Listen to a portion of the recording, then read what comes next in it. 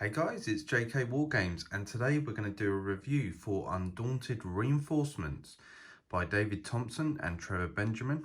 And today we're looking at the solo mode. So we're going to go through the components you get for the solo mode and the new cards, and we'll do a demonstration of how it plays. So without further ado, let's get into it. Okay guys, so inside the box you're going to find a solo book, your solo cards, the rule book and the scenario book.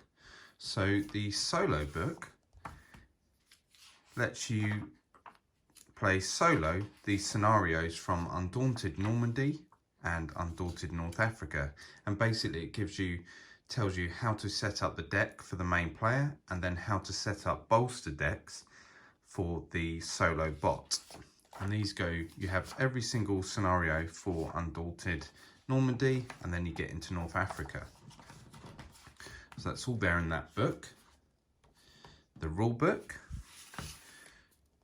is very good, very to the point. So it's just showing you everything you need to play reinforcements. We have new specialists, we have advance, anti-tank, attack, grenade attacks. These are all new things, and control is now a bit different as well. So everything you need to play is in here. Now for the solo mode, it tells you how to go through, gives you example of the solo cards, and then while you're playing, referring to the solo cards, you're going to be referring to this book here, which is the terminology, the wording used on the cards. Once you get your head around it, it's actually quite easy to do. So you're going to be using this book quite a bit. And then finally, you have a scenario book, which is specifically for the scenarios in Undaunted Reinforcements. So you get a whole new set of scenarios for reinforcements. And again, gives you how to set up for 2-player, 4-player and solo. So you can see here, 101 is the first scenario, how to set up the decks.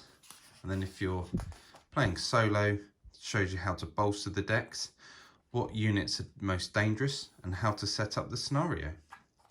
So let's take a look at the solo cards. Okay, so here they are, the solo cards. Nice big cards, and they have numbers on them. Now these numbers refer to the scenario that you're playing. So before you start each scenario, you're going to search through to find what numbers you need, and these are listed in the setup for the game.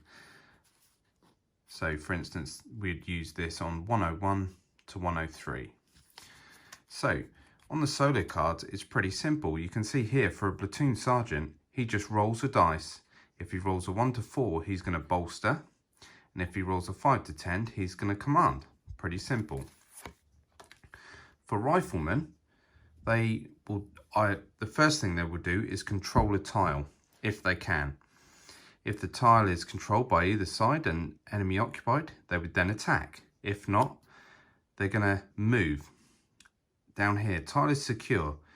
Select destination within one tile that is scouted. So if the tile is secure, which we'll get into later, they're going to move, and then they have a priority list. So they're selecting a threatened objective. If there isn't a threatened objective, they move to an uncontrolled objective. And if not, they select a destination closest to an enemy rifleman. However, if they can't do that, they would just attack. And they would attack the most dangerous unit, and that is in the scenario setup.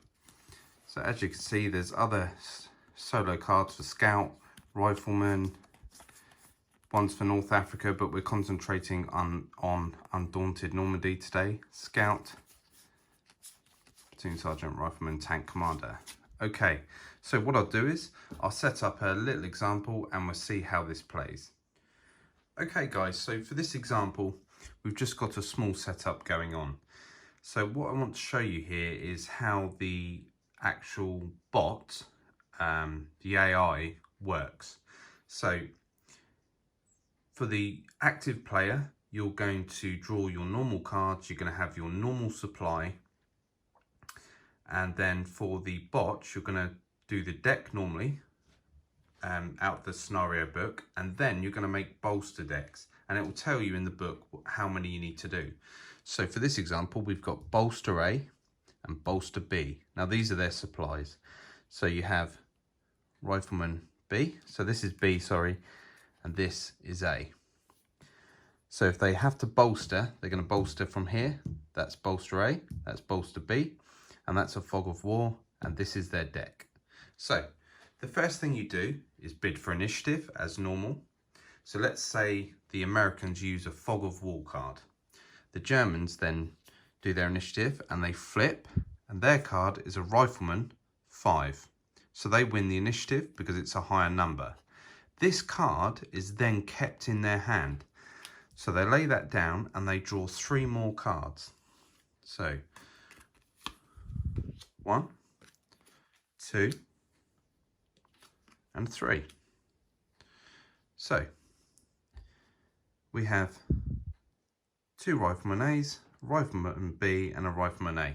Just for an example, you wouldn't normally get a hand like that. So the first thing we do, because they have the initiative, they're now going to act. So the first thing we do is grab the rifleman solo card, and we activate in order, highest order. So normally these numbers would be different. So we might have a 5, a 6, a 7, but these are all 5, so it doesn't matter. So we take the first rifleman A. So we activate rifleman A. Rifleman A is up the top there. And we can see from the solo card, the first thing he's going to do is control. Well, the tile he's on is not a tile that can be controlled. So he's not going to do that action. Tile is controlled by either side, no. Enemy rifleman with a total defense value of 6 or less. So you would look here, we have a rifleman with a 4. His defense is 5, 6, 7. No, so it doesn't apply. So he's going to move. Tile is secure. Now, the tile is secure if the AI bot doesn't control that objective. So rifleman A, nothing to control there. The tile is secure, so he's going to move. The first option, select a threatened objective. Now, threatened objective would be a tile that they control, but we have one of our an American rifleman would be on their tile, so that, you know, they're threatening to control that tile. But that doesn't apply. So we go down to B, select an uncontrolled objective as destination. So we can see here, this is an uncontrolled objective. It's been scouted, so he's going to move there. And there's also a way of working out. So underneath it says more enemies, closer to enemies, and then random. So this one is closer to enemies and it's been scouted. So rifleman A moves into there. And that card then goes into a discard pile. Next, rifleman A again. So we go through it again. First thing on the card, control. He can control this objective now. So he's going to flip this. He now controls that and scores 2 points. So it really is a case of just following the cards and doing what it says. So that would now go into the discard pile. Let's say we had a different card here. So squad leader A. The first thing a squad leader does is, if he has matching cards in their hand, they're going to inspire them. So let's just try and find. So he would inspire a matching card. So this A here, he's going to inspire and he gets 2 actions. So you flip the card like that. If he didn't have any matching, he would bolster from A. But in this case, he's going to give him 2 actions. So that's how a squad leader works. If we got a scout, so we've got scout B, we find the scout card and we go through the list. So the first thing they would do, if they had a fog of war card in the bot play area, they would recon it. So they would remove the fog of war card from the game, and then they get to take another card from their deck, but they don't reveal it. They basically are getting a bonus card next time, the next round. However, in this example, that doesn't count. So enemy on same tile, that doesn't count. So then we go to movement. Tile is secure. Well, scout B is here. The tile is secure. We know there's not a threatened objective, select objective scouted by an enemy. We don't have that. And then here would be if you're playing a certain scenario. But here it says select objective as a destination. So he would just move towards an objective. So he's going to scout there. He scouts that and he goes into the discard pile. The most difficult thing to get your head around is the terminology of the wording. So, for instance, if a tile is secure, meaning that the bot doesn't control that tile, it can get very confusing. So let's just have a look at it. So you can see here under secure, a tile is secure as long as at least one of the following is true. The bot does not control the tile. The bot has other combat counters on the tile. You have no units with the control action on the tile. So when you come to a rifleman card that says, is the tile secure? Then that is meaning that the bot does not control that tile. So in other words, the bot feels that it's better off moving to a different tile to go and control a tile or to go and attack. Then the other confusing thing can be objectives. So a threatened objective here, an objective where all of the following are true. So the bot controls the tile, the bot has no combat counters on the tile, you have a unit with the control action on the tile, which this makes sense because if this rifleman, he controls this, if our rifleman were on here, this is now threatened. That makes sense, doesn't it? It's threatened because we're potentially going to try and eliminate him and control the tile. So the bot adjusts itself to your actions as the active player, which is a very clever thing. So during the early stages of the game, you might be doing quite a few things the same, but then all of a sudden it will change. And what you'll find is when you start getting machine gunners in the game, they're going to try and suppress your rifleman a lot, and it really is a challenge to try and stop that. Let's have a look at a platoon sergeant, and then we'll wrap things up. So a platoon sergeant, if you get him, he is very simple. Again, following the card, you roll a d10. And if he bolsters, if he rolls a 1 to 6, he's going to bolster A, bolster B, and then bolster random. So he would bolster A into the discard. We get a rifleman. Then bolster B, that would go into our discard. And then he'd randomly bolster another one. And we get a scout. If he commands, then he draws 2 from his hand of cards into the active play area. So if he commanded 2 and we had our deck, we would then draw 2 more cards. And in this instance, you would have the 9 first, then the 6, then the 5, then the 5, and then the 5. If he's doing that, all of a sudden the bot has a lot of cards, whereas you as the active player have only 3 cards in your hand most of the time, so you really are up against it.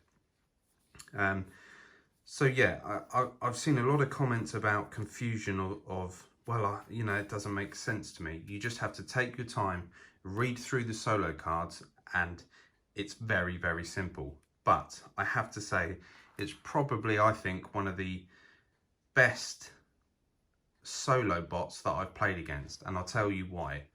I've played 4 games and I've won once. And first game, obviously it's new, but by the second, third game, I knew what I was doing. It really makes you try and outsmart the bot, because the bot, their scouts are going to scout areas very quickly, and before you know it, riflemen push up very aggressive. That's a word I would use. The bot is extremely aggressive. And it's not always going to be like a rifleman attacking you. They don't attack you as much as you think, but when you're playing scenarios with machine guns, mortars, snipers, all of a sudden you really are getting attacked. And if we ever manage to put a hit on the AI, we first check their discard pile.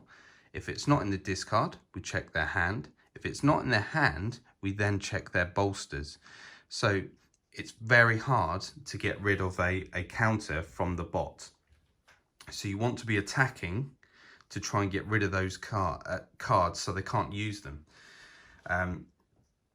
And because a scout is reconning or getting rid of fog of war cards, all of a sudden the bot has a very, very dangerous deck in front of you. So it really does play fantastically.